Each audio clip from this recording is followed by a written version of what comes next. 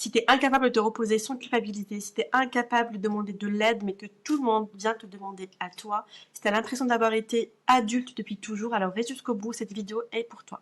Je vais te donner les signes du syndrome de la fille aînée ou le syndrome de la grande sœur, et à la fin, je vais te dire d'où ça vient vraiment, parce qu'en fait, c'est pas un trait de caractère. On pense tous que la femme forte, la femme qui demande pas d'aide, la femme indépendante, ainsi de suite, c'est un trait de caractère, alors que pas du tout.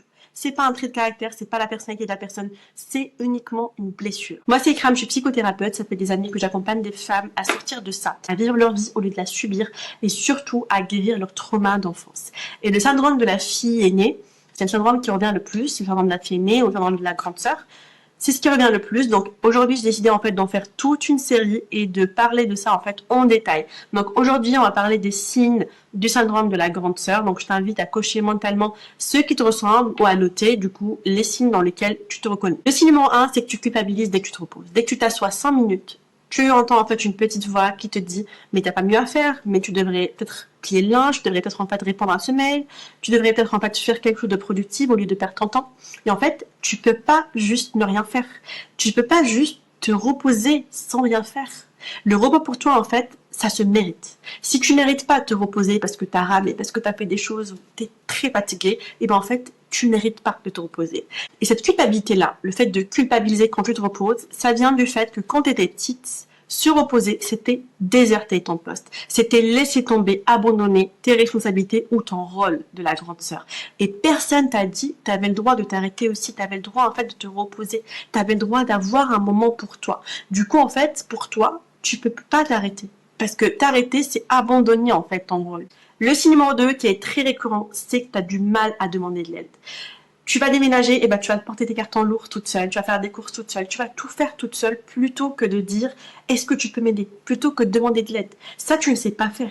Tu as du mal à demander en fait de l'aide. Parce que pour toi, demander, c'est déranger. Demander, c'est être une corvée, c'est être en fait un poids pour l'autre. Et du coup, bah, tu préfères tout faire toute seule au lieu de demander pour ne pas en fait déranger les autres. Le signe numéro 3 et qui fait le plus mal, c'est qu'en fait, t'es la fille sur qui tout le monde compte. Quand ton téléphone en fait sonne, c'est jamais ou presque jamais pour en fait prendre tes nouvelles, mais c'est souvent en fait parce qu'il y a un problème à gérer, parce qu'en fait il y a quelque chose à régler, parce que t'as un service à rendre, parce qu'en fait on veut te demander quelque chose, parce qu'en fait t'es la fille qui est là pour désamorcer en fait les tensions dans la famille, pour gérer les conflits de famille, pour gérer en fait tes frères et sœurs, et t'es le SAV émotionnel, le service après-vente émotionnel de toute la famille. Donc en fait tout le monde compte sur toi. Et en fait, tu finis par être en fait la fille sur qui tout le monde compte, mais qui peut compter sur personne. Toi, tu peux compter sur personne. Parce que tu demandes jamais d'aide. Et parce que aussi, on te voit en tant que femme forte, la femme qui gère tout, qui a besoin de personne. Donc en fait, personne te propose de l'aide aussi. Le signe numéro 4, c'est que tu te sens responsable de tout. Et en fait, pour moi, c'est le signe le plus lourd. Je m'explique. Par exemple, tu rentres dans une pièce, tu es invité à des amis, et en fait, quelqu'un est de mauvaise humeur. Quelqu'un que tu connais forcément est de mauvaise humeur. Un ami, une pote, peu importe. Et en fait, tu te demandes, qu'est-ce que j'ai fait? Est-ce que c'est contre moi? Est-ce que je peux faire quelque chose en fait pour l'aider? Est-ce que peut-être parce que j'ai pas fait quelque chose qui a fait que voilà. Et en fait, tu te demandes tout le temps comment tu peux réparer les autres. Comment en fait tu peux gérer l'ambiance. L'ambiance des autres et l'humeur des autres, c'est devenu en fait ton travail. C'est ta responsabilité. Tu prends ça comme une responsabilité. Le signe numéro 5, c'est que tu as l'impression d'avoir toujours été adulte. C'est que t'as l'impression d'avoir jamais été un enfant. Tu regardes des photos de toi enfant et tu vois déjà une petite femme sérieuse, mature. T'as pas en fait le souvenir d'avoir été en fait insouciante, d'avoir été en fait un enfant, d'avoir cette légèreté en fait de l'enfance, cette insouciance d'être un enfant. Parce que t'as jamais eu le droit en fait de l'être. T'as jamais eu le droit d'être insouciant, d'être un enfant, de vivre ton enfance. En fait, c'est la réalité. T'as pas eu une enfance, t'as eu un premier emploi. C'est un job. Être la grande sœur, c'est un job à temps plein. C'est vraiment un emploi à temps plein et c'est un emploi non rémunéré. Le signe numéro 6, c'est que tu dois toujours être forte. Pleurer devant les autres, pour toi, c'est pas une option. Tu ne peux pas. Pour toi, c'est presque une honte. Tu as du mal à montrer en fait ta vulnérabilité, tu as du mal à montrer tes émotions, tu as du mal à montrer tes sentiments. Et en fait, ce qui se passe, c'est que tu attends d'être seule, d'être dans la voiture, d'être sous la douche, d'être en fait dans ta chambre toute seule parce qu'on t'a appris que toi, t'as pas le droit de craquer. Toi, tu ne craques pas. Toi, tu tiens debout, tu gères tout.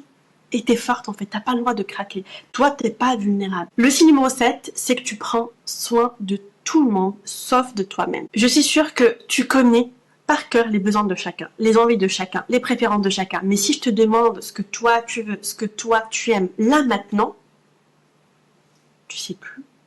Tu sais plus en fait, parce que tu ne sais pas ce que tu veux. Tes besoins n'ont pas été écoutés. Tes besoins, tu ne les connais même pas en fait, à force de vivre à travers les autres, à force de vivre pour que ce soit tes frères et sœurs, que ce soit en fait tes parents, peu importe.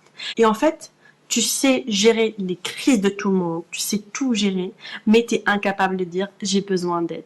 Tu es incapable de dire eh ben moi aussi j'ai des besoins, parce qu'en fait on t'a formé pour tout gérer, pour tout porter, mais jamais pour t'appuyer sur quelqu'un, jamais pour demander de l'aide, jamais pour t'écouter. On t'a appris en fait à écouter tout le monde, sauf toi-même. Le signe numéro 8, et celui-là, il revient très souvent en fait dans mes accompagnements, dans mes séances, c'est que tu préfères rien devoir à personne. Et en fait, tu dis ça avec fierté. Tu dis ça comme si c'était, ouais, moi je gère tout, je gère toute seule, je compte sur personne, je préfère ne rien devoir à personne. Mais ça, c'est pas de la force, c'est pas de l'indépendance. C'est juste en fait une armure. Tu t'es fait en fait une armure et en fait, tu fais tout toute seule pour que personne puisse jamais en fait te lâcher. Pour que personne ne dise en fait que t'es un poids. Tu penses que le problème c'est je ne veux rien devoir à personne, mais le problème c'est que je préfère tout faire toute seule pour ne pas être lâchée. Pour en fait être la plus discrète possible et la plus légère possible et la femme qui demande rien du tout, qui a besoin de rien du tout. Le signe numéro 9, c'est que tu te retrouves entouré des gens qui prennent, des gens qui veulent juste prendre et qui n'ont rien du tout. Parce qu'en fait, c'est les gens que tu attires. Tu attires dans tes relations que des gens qui sont là en fait pour prendre. Et tu te rends compte que c'est toujours toi qui donnes le plus. Tu remplis le vide des autres, tu es là pour gérer les autres, tu gères les crises de tes amis, tu gères les problèmes de tes amis, les mauvaises humeurs, les problèmes en fait de couple, peu importe. Et toi en fait, personne n'est là pour toi. Personne n'est là pour t'aider, pour gérer tes crises, pour remplir tes vides. Parce qu'en fait, tu sais donner, mais tu ne sais pas recevoir. Et du coup, bah forcément, tu vas t'entourer et tu vas attirer que des personnes qui sont là pour prendre. Tu attires toujours des gens qui prennent. Et en fait, ça, c'est pas un hasard. Parce qu'en fait, tout simplement, tu sais remplir les autres, tu sais donner, mais tu ne sais jamais prendre. Parce qu'on t'a jamais appris que tu avais le droit, en fait, de te remplir toi-même, de te donner à toi-même déjà, et de recevoir. Le signe numéro 10, c'est que, en fait, tu te sens différent de tes frères et sœurs, ou si t'as pas des frères et sœurs, des autres sœurs, par exemple, qui sont pas, en fait, des sœurs aînées, qui sont pas, en fait, des grandes sœurs. Et en fait, ce qui se passe ici, c'est que tu te sens différente parce qu'en fait, eux, ils ont le droit d'être des enfants. Ils ont le droit, en fait, d'avoir leur enfance. Et toi, en fait, tu l'as pas eu parce qu'en fait, toi, t'étais la deuxième maman. T'as pas eu ce droit-là. Et parfois, tu les en veux un peu sans oser le dire, sans oser, en fait, dire que tu les en veux, que tu aurais aimé, en fait, avoir cette vie. Le signe numéro 11, c'est qu'en fait, le signe numéro 11, c'est que tu maternes tout le monde, même en amour, et surtout en amour. Tu maternes ton copain, ton mari, peu importe, les amis, tes collègues, ta famille, peu importe. Mais en fait, tu te demandes pourquoi, en fait, à la fin, c'est moi qui donne tout. C'est moi qui protège tout le monde. Pourquoi moi, personne ne me protège? Mais c'est parce qu'en fait, tu es là et tu maternes tout le monde. Tu as un instinct maternel avec tout le monde, même avec en fait ton propre mari. Et tu es là et tu as besoin de te sentir utile. De sentir en fait que tu as peur de cette personne-là. Et en fait, tu les considères comme tes enfants. Le signe numéro 12, tu sais pas te reposer sans t'occuper. Les vacances pour toi, c'est horrible. Même en vacances, tu planifies, tu organises, tu gères, mais tu sais pas en fait avoir du vrai repos. Le vrai repos en fait et le silence te fait peur. Parce que quand tu t'arrêtes, en fait tu tombes sur une inconnue. Tu tombes sur toi. C'est pas le repos en soi en fait qui est dérangeant pour la grande sœur, mais c'est vraiment en fait le fait que elle se rend compte que pendant ce silence-là, elle rencontre une personne qu'elle connaît pas. Et cette personne c'est toi. Tu sais pas en fait te reposer parce que quand tu t'arrêtes vraiment, tu te retrouves face à toi-même. Et tu réalises que tu te reconnais plus.